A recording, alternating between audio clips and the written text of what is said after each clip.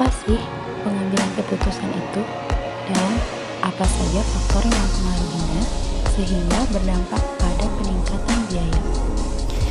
Pengambilan keputusan merupakan suatu tindakan yang menentukan hasil dalam memecahkan masalah dengan memilih suatu jalur tindakan di antara beberapa alternatif yang ada melalui suatu proses mental dan berpikir logis serta mempertimbangkan semua pilihan alternatif yang ada yang mempunyai pengaruh negatif ataupun pengaruh positif.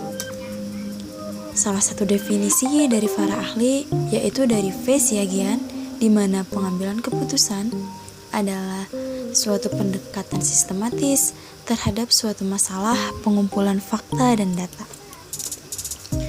Jadi, pengambilan keputusan ini sangat berperan penting bagi atasan ataupun seorang manajer, jika itu di dalam sebuah perusahaan ataupun di dalam sebuah organisasi, di mana sebuah keputusan ini tetap harus diputuskan dan dipilih salah satunya.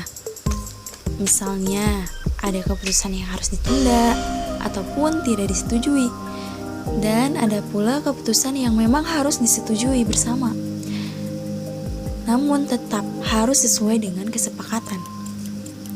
Lalu, keputusan manajer ini sangat berperan penting karena berpengaruh terhadap semua aspek. Jika seorang manajer melakukan kesalahan dalam pengambilan keputusan, maka akan merugikan organisasi, mulai dari merusak nama baik organisasi maupun perusahaan, sampai pada kerugian uang. Maka dari itu, seorang manajer harus berhati-hati dalam pengambilan keputusan.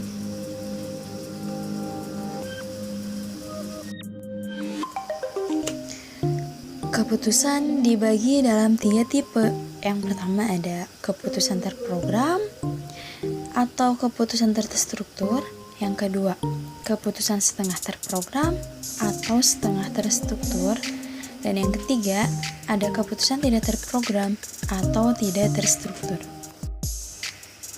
Yang pertama, ada keputusan terprogram, yaitu suatu keputusan yang berulang-ulang dan rutin sehingga dapat diprogram. Keputusan terstruktur terjadi dan dilakukan terutama pada manajemen tingkat bawah. Dan yang kedua, ada keputusan setengah terprogram, yaitu keputusan yang sebagian dapat diprogram, sebagian berulang-ulang dan rutin, dan sebagian tidak terstruktur. Keputusan ini seringnya bersifat rumit dan membutuhkan perhitungan serta analisis yang terperinci. Dan yang ketiga, yaitu keputusan tidak terprogram, yaitu keputusan yang tidak terjadi berulang-ulang dan tidak selalu terjadi. Keputusan ini terjadi di manajemen tingkat atas. Informasi untuk pengambilan keputusan tidak terstruktur, tidak mudah untuk didapatkan, dan tidak mudah tersedia, dan biasanya berasal dari lingkungan luar.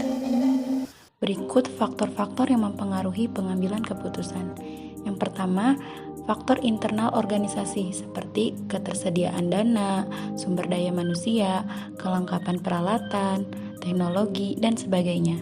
Biasanya, faktor ini berada di dalam suatu organisasi itu sendiri untuk terciptanya suatu keputusan dalam organisasi. Yang kedua itu ada eksternal. Faktor eksternal organisasi seperti keadaan sosial politik, ekonomi, hukum, dan sebagainya. Faktor ini berasal dari luar yang terkait dalam organisasi.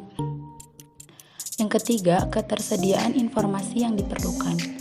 Seberapa banyaknya informasi yang ada atau seberapa lengkap dan akuratnya informasi yang didapatkan untuk menjadi pertimbangan dalam pengambilan keputusan yang tepat. Dan yang keempat, kepribadian dan kecakapan pengambilan keputusan.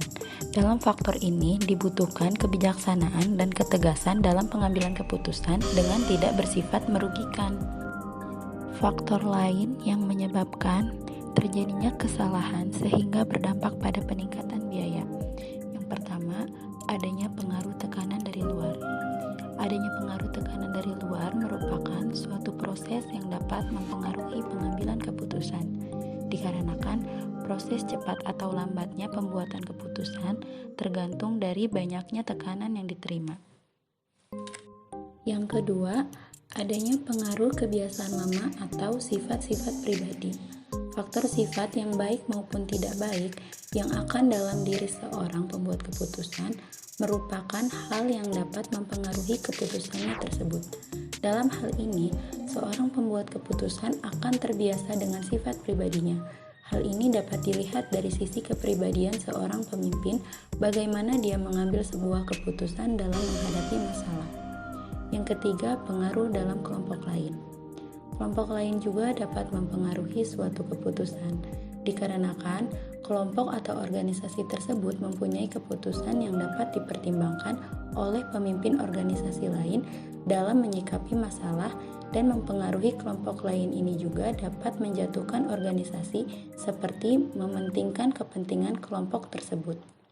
Yang keempat, faktor pengalaman. Faktor pengalaman seseorang pembuat keputusan adalah hal yang sangat penting, karena banyaknya pengalaman orang tersebut, maka ia akan berani dalam menentukan keputusan. Hal ini juga berkaitan terhadap keahlian yang dimiliki oleh pemimpin atau anggota karena pengalaman yang pernah dialaminya.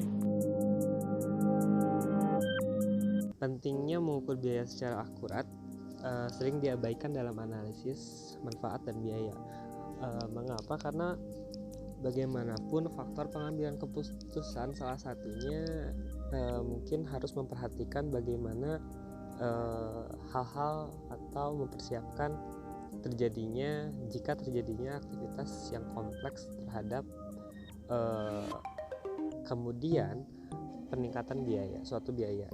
Nah, hasil dari suatu analisis menjadi kurang baik akibat memperkirakan biaya yang terlalu besar dan kemudian memperkirakan manfaat yang terlalu rendah. Biaya dalam proyek digolongkan menjadi mungkin ada beberapa, yaitu 4 macam mungkin yang akan saya sebutkan. Yang pertama, biaya persiapan, biaya investasi, biaya operasional, biaya pemeliharaan atau perbaikan maintenance, biaya pembaharuan atau penggantian, dan kemudian biaya sosial. Nah, di sini mungkin saya akan sedikit menjelaskan bagaimana biaya diferensial. Nah, biaya diferensial sendiri dipergunakan untuk pengambilan keputusan jangka pendek dengan melakukan pendekatan analisis kuantitatif. Nah, untuk menentukan alternatif tindakan terbaik harus dipilih. Ini pun salah satu antisipasi bagaimana suatu pengambilan keputusan agar tidak terjadinya aktivitas yang kompleks yang tadi akhirnya meningkatkan suatu biaya gitu. Nah, pengambilan keputusan yang dilakukan secara rutin dan berkaitan dengan pelaksanaan kegiatan operasi perusahaan yang bersifat teratur dan rutin gitu ya. Nah, sedangkan pengambilan keputusan yang bersifat khusus pada umumnya bersifat tidak rutin dan tidak teratur. Waktu terjadinya dibandingkan dengan keputusan operasi perusahaan secara periodik bersifat khusus dan bahkan luar biasa. Di sini saya akan mengutip menurut Carter and Usry, pengambilan keputusan yang dapat memanfaatkan analisis biaya diferensial adalah mungkin salah satunya bagaimana kita menerima atau menolak pesanan pelanggan. Kemudian mengurangi harga dari suatu pesanan khusus, mengurangi harga di pasar yang kompetitif, mengevaluasi alternatif buat atau dibeli gitu ya, memperluas, menutup atau menghilangkan suatu fasilitas. Nah, kemudian meningkatkan, memotong atau menghentikan produksi dari produk tertentu. Jadi hal-hal pengambilan atau hal-hal yang bersifat pengambilan keputusan yang dapat memanfaatkan analisis biaya itu mungkin seperti ya kemudian menentukan apakah akan menjual atau memproses lebih lanjut atau tidak.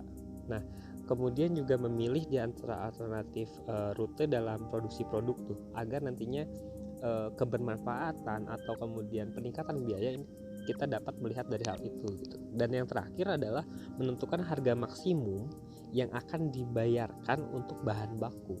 Nah, itu semua adalah bagaimana kita melihat dan atau mengantisipasi, menganalisis sehingga aktivitas yang kompleks yang pada akhirnya adalah meningkatkan suatu biaya, nah hal itu dapat terselesaikan.